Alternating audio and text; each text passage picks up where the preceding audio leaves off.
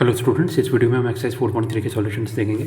चलिए शुरू करते हैं। Write minors and cofactors of the elements of following determinants. Question 1 first part 2 - 403, second part A C B D। Question 2 first part 100010001, second part 10435 - 1012। ठीक है, आपको क्या निकालनी है? चारों डिटर्मिनेंट्स के माइनर्स और कोफैक्टर्स। तो मेरा क्वेश्चन 1 फर्स्ट पार्ट डिटरमिनेंट क्या था? 2 क्रॉस 2 का 2 - 403। इसको देखिए, 2 क्रॉस 2 का जनरल डिटरमिनेंट क्या रहता है? A11 A12 A21 A22। ठीक है, अब देखिए माइनर निकालने के लिए क्या करते हैं? जैसे M11 हो गया, ठीक है, तो M11 हो गया तो फर्स्ट रो फर्स्ट कॉलम है, तो हम फर्स्ट रो और फर्स्ट कॉलम को रिमूव कर देंगे। अब 2 क्रॉस 2 का डिटरमिनेंट है तो बचेगा क्या? A22 यानी 3। ठीक है, ऐसे M12 निकालेंगे तो M12 ये रहा first row second column, first row और सेकंड कॉलम को रिमूव कर देंगे तो बचेगा क्या? 0। सिमिलरली M21, ठीक है, second row first column, second row first column हटा दिया तो क्या बचा? -4। M22 क्या होगा? सेकंड रो सेकंड कॉलम, ठीक है, सेकंड रो सेकंड कॉलम हटा दिया, बचा क्या? 2। फिर से क्लियर कर देता हूँ। देखिए 2 क्रॉस 2 का डिटरमिनेंट है, हम माइनर निकालते हैं तो जैसे MI है तो ith रो और jth कॉलम को हटा के जो भी बचता है वो हम डायरेक्ट लिख देते हैं।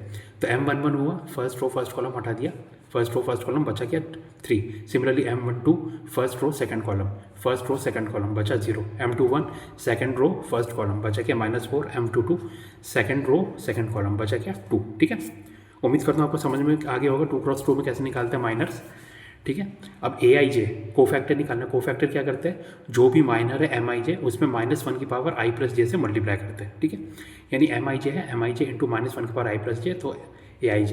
तो A11 होगा तो -1 की पावर 1 + 1 इंटू M11, यानी देखिए 1 + 1 क्या होता है? E1। देखिए ये निकालने से पहले मैं बताता हूँ, -1 की पावर I + J, तो अगर I + J इवन हुआ तो ये 1 हो जाएगा, ऑड हुआ तो माइनस हो जाएगा। ठीक है, मतलब MIJ है I + J देख के ही आप बता सकते हैं कि उसमें -1 से मल्टीप्लाई करना है या 1 से। जैसे A11 है तो 1 + 1 2 यानी +1 से मल्टीप्लाई करेंगे तो कितना आएगा? 3। A12 हो गया 1 + 2 3 यानी माइनस इंटू M12 कितना? -1 इंटू 0 0। ठीक है, A21 2 + 1 3 यानी माइनस इंटू M21 होगा, यानी -1 इंटू -4 4। A22 2 + 2 क्या होगा? E1। ठीक है, E1 यानी +1 से मल्टीप्लाई होगा, +1 इंटू M22 यानी 2। ठीक है, उम्मीद करता हूँ आपको समझ में आ गया होगा। कोफैक्टर सिंपल है, जैसे ही आप माइनर निकालना सीख जाते हैं ईजी हो जाता है। ठीक है, सेकंड पार्ट क्या है? ACBD। M11 फर्स्ट रो, ठीक है, फर्स्ट रो फर्स्ट कॉलम बचा क्या? D। M12 क्या होगा? ऐसे ही B हो जाएगा, M21 C और M22 A। ठीक है, कैसे? फर्स्ट रो फर्स्ट कॉलम बचा D, ठीक है, फर्स्ट रो सेकंड कॉलम बचा B, second row first column बचा C, second row second column बचा A। ठीक है, अब A11 निकालते हैं। A11 यानी 1 + 1 E1, तो 1 इंटू M11 यानी D। A12 तो माइनस है, 1 + 2 ऑड होता है तो माइनस इंटू M12 यानी minus into B -B। A21 क्या है? माइनस इंटू M21 यानी minus into C -C। A22 क्या होगा? 2 + 2 E1 होता है तो 1 इंटू M22 यानी 1 इंटू A यानी A। ठीक है, next question number 2 first part क्या है? 100010001। अब देखिए 3 क्रॉस 3 का हमें निकालना है माइनर और कोफैक्टर। कोफैक्टर तो इसलिए हम निकाल सकते हैं, माइनर कैसे निकालते हैं? इस बार देखिए 3 क्रॉस 3 है तो जो भी MIJ है ith रो और J कॉलम को हटा के जो भी आपका डिटर्मिनेंट बचेगा, इस बार 2 क्रॉस 2 का डिटर्मिनेंट बचेगा तो उस डिटर्मिनेंट की जो भी वैल्यू आएगी वही आपका माइनर होगा। ठीक है, जैसे सबसे पहले M11 निकालेंगे तो फर्स्ट रो फर्स्ट कॉलम हटा के क्या बचेगा? 1001। इसको सॉल्व करने पे जो भी आएगा वो आपका M11। ऐसे ही सभी माइनर्स आप निकाल सकते हैं। तो M11 क्या होगा? डिटरमिनेंट 1001 यानी 1 - 0 1। M12 डिटरमिनेंट 0001 यानी 0 - 0 0। M13 डिटरमिनेंट 0100 यानी 0 - 0 0। ठीक है, जैसे ही आप जैसे M13 है फर्स्ट रो थर्ड कॉलम को हटाएंगे तो ये डिटरमिनेंट बचेगा, सॉल्व करेंगे तो ये आंसर आएगा। ठीक है, ऐसे M21 क्या होगा? डिटरमिनेंट 0001 यानी 0 - 0 0। M22 डिटरमिनेंट 1001 यानी 1 - 0 1। M23 डिटरमिनेंट 1000 इक्वल टू 0 - 0 यानी 0। ठीक है, M31 निकालते डिटरमिनेंट 0010, सॉल्व करेंगे 0 आएगा। M32 डिटरमिनेंट 1000, सॉल्व करेंगे 0 आएगा। डिटरमिनेंट M33, ठीक है, M33 कैसा आएगा? डिटरमिनेंट 1001 1 - 0 यानी 1। ठीक है, तो ये तो आगे आपके सभी माइनर्स। अब कोफैक्टर आप इसलिए निकाल सकते हैं -1 की power I + J into respective आपका माइनर। ठीक है, तो A11 यानी -1 की पावर 1 + 1 इंटू M11 यानी 1 इंटू 1 1। A12 क्या होगा? -1 की पावर 1 + 2 इंटू M12 यानी -1 इंटू 0 0। A13 -1 की power 1 plus 3 into M13 equal to 1 into 0 equal to 0. A21 minus 1 के बाद 2 plus 1 into M21 minus 1 into 0 0. A22 minus 1 के बाद 2 प्लस 2 इंटू M22 यानी 1 into 1 1. A23 equal to minus 1 के बाद 2 plus 3 into M23 minus 1 into 0 0. A31 equal to minus 1 के बाद 3 plus 1 into M31 equal to 1 into 0 0. A32 equal to minus 1 के बाद 3 plus 2 into M32 equal to minus 1 into 0 0. A33 क्या होगा, minus 1 के बाद 3 plus 3 into M33 equal to 1 into 1 1. ठीक है, ये आगे आपके सभी कोफैक्टर्स. अब सेकंड पार्ट देखते हैं. सेकंड पार्ट में डिटरमिनेंट था 104 35 माइनस 1 0 1 2. ठीक है, तो सबसे पहले माइनस निकालेंगे. M11 निकालना है तो फर्स्ट रो फर्स्ट कॉलम को हटा दिया, बचा क्या डिटरमिनेंट 5 माइनस 1 1 2. 5 माइनस 1 1 2 का डिटरमिनेंट सॉल्व करेंगे. 10 माइनस माइनस 1 यानी 11. Similarly M12 first row second column, first row second column बचेगा क्या 3 माइनस 1 0 2. ठीक है, determinant 3 minus 1 0 2 equal to 6 minus 0 6. Similarly M13 क्या होगा, determinant 3 5 0 1 equal to 3 minus 0 3. M21 equal to determinant 0 4 1 2 equal to 0 minus 4 minus 4. M22 equal to determinant 1 4 0 2 solve करने के 2 आएगा. M23 equal to determinant 1 0 0 1 equal to 1 minus 0 1. M31 equal to determinant 0 4 5 minus 1 equal to 0 minus 20 equal to minus 20. M32 equal to determinant 1 4 3 minus 1 equal to minus 1 minus 5 equal to minus 13. M33 का होगा determinant 1035 equal to 5 minus 0 equal to 5. यहाँ के सभी minus को factor easily निकाल सकते हैं. A11 equal to minus 1 के power 1 plus 1 into M11 equal to 1 into 11 equal to 11. A12 equal to minus 1 के power 1 plus 2 into M12 equal to minus 1 into 6 minus 6. A13 equal to minus 1 के power 1 plus 3 into M13 equal to 1 into 3 3. ठीक है, A21 क्या होगा, minus 1 के बाद 2 plus 1 into M21 equal to minus 1 into minus 4 equal to 4. A22 equal to minus 1 के बाद 2 plus 2 into M22 equal to 1 into 2 equal to 2. A23 क्या होगा, माइनस 1 के बाद 2 plus 3 into M23 equal to minus 1 into 1 equal to minus 1. A31 equal to minus 1 के बाद 3 plus 1 into M31 equal to 1 into minus 20 equal to minus 20. A32 क्या होगा, minus 1 के बाद 3 plus 2 into M32 equal to minus 1 into minus 13 equal to 13. A33 equal to minus 1 के बाद 3 plus 3 into M33 equal to 1 into 5 equal to 5. ये आगे सभी आपके कोफैक्टर्स. ठीक, next question number 3. Using cofactors of elements of second row evaluate delta equal to determinant 5 3 8 2 0 1 1 2 3.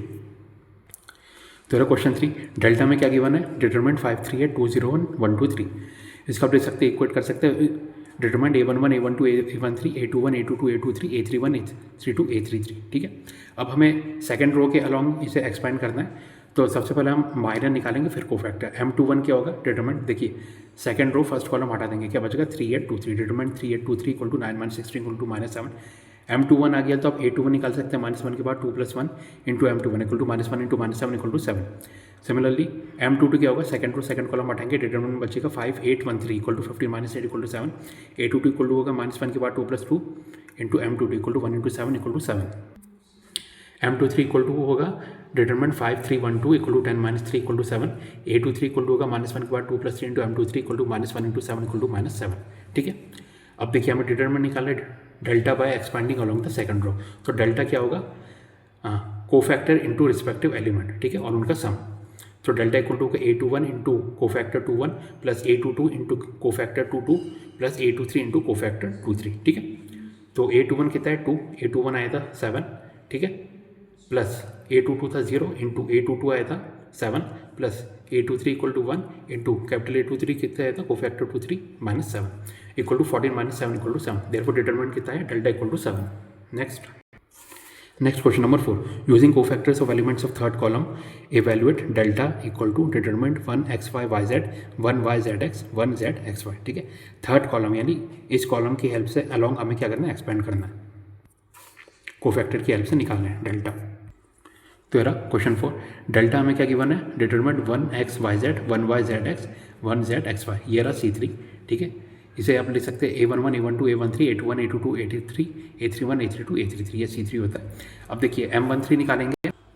M13 तो first row third column हटाएंगे तो क्या बचेगा 1 y 1 z. Determinant 1 y 1 z equal to z minus y. A13 क्या होगा, minus 1 के power 1 plus 3 into M13 equal to 1 into z minus y equal to z minus y. ठीक है, A23 देखिए सबसे पहले M23 निकालते हैं. M23 second row third column हटाएंगे 1x 1 z. Determinant 1x 1 z equal to z minus x. तो A23 क्या होगा, माइनस 1 के बाद 2 plus 3 into M23 equal to minus 1 into z minus x equal to x minus z. Similarly M33 क्या होगा, third row third column. Third to third column हटाएंगे, determinant बचेगा, determinant 1x 1y equal to minus x, a33 equal to -1 के बाद 3 + 3 into m33 equal to 1 into y minus x equal to y minus x. तो देखिए अब क्या करना है, delta by expanding along C3 determinant निकालना है। तो डेल्टा इक्वल टू होगा a13 into cofactor 13 plus a23 into cofactor 23 plus a33 into cofactor 33, ठीक है। तो a13 क्या था, yz इंटू कैपिटल A13 कितना था, z minus y, plus A23 था zx इंटू कैपिटल A23 था x minus z, plus A33 था xy इंटू कैपिटल A33 कितना निकाला था y माइनस एक्स, ठीक है। अब इनको सिंप्लीफाई करेंगे तो इक्वल टू होगा yz square minus y square z plus zx square minus z square x plus xy square minus x square y equal to bracket में लिए yz square minus z square x plus bracket में लिया zx square minus y square z plus bracket में plus xy common लिया, bracket में बचा y minus x equal to z square common लिया, bracket में बचा y minus x plus z common लिया, ब्रैकेट में बचा x square minus y square plus xy into bracket में y minus x equal to z square bracket में y minus x plus z into x plus y into x minus y plus x y into bracket में y minus x equal to, देखिए x minus y हमने common ले लिया तो यहाँ पे क्या बचेगा, यहाँ पे जेड स्क्वायर इंटू -1, क्योंकि -1 इंटू वाई माइनस एक्स क्या होता है x माइनस वाई, तो यहाँ पे माइनस जेड स्क्वायर बचा plus x minus y common ले लिया तो बचा z into x plus y, और यहाँ पे x माइनस 1 कॉमन ले लिया तो बचेगा क्या, एक्स वाई इंटू -1 यानी माइनस एक्स वाई, ठीक है। Equal to x minus y common लिया, ब्रैकेट में बचा minus z square plus z x plus z y minus x y equal to x minus y common है, bracket में z common लिया, bracket में बचा x माइनस जेड प्लस y common लिया, ब्रैकेट में बचा z minus x equal to x minus y bracket into z minus x into minus z plus y. तो देयरफॉर डेल्टा क्या आया, x minus y into y minus z into z minus x, ठीक है।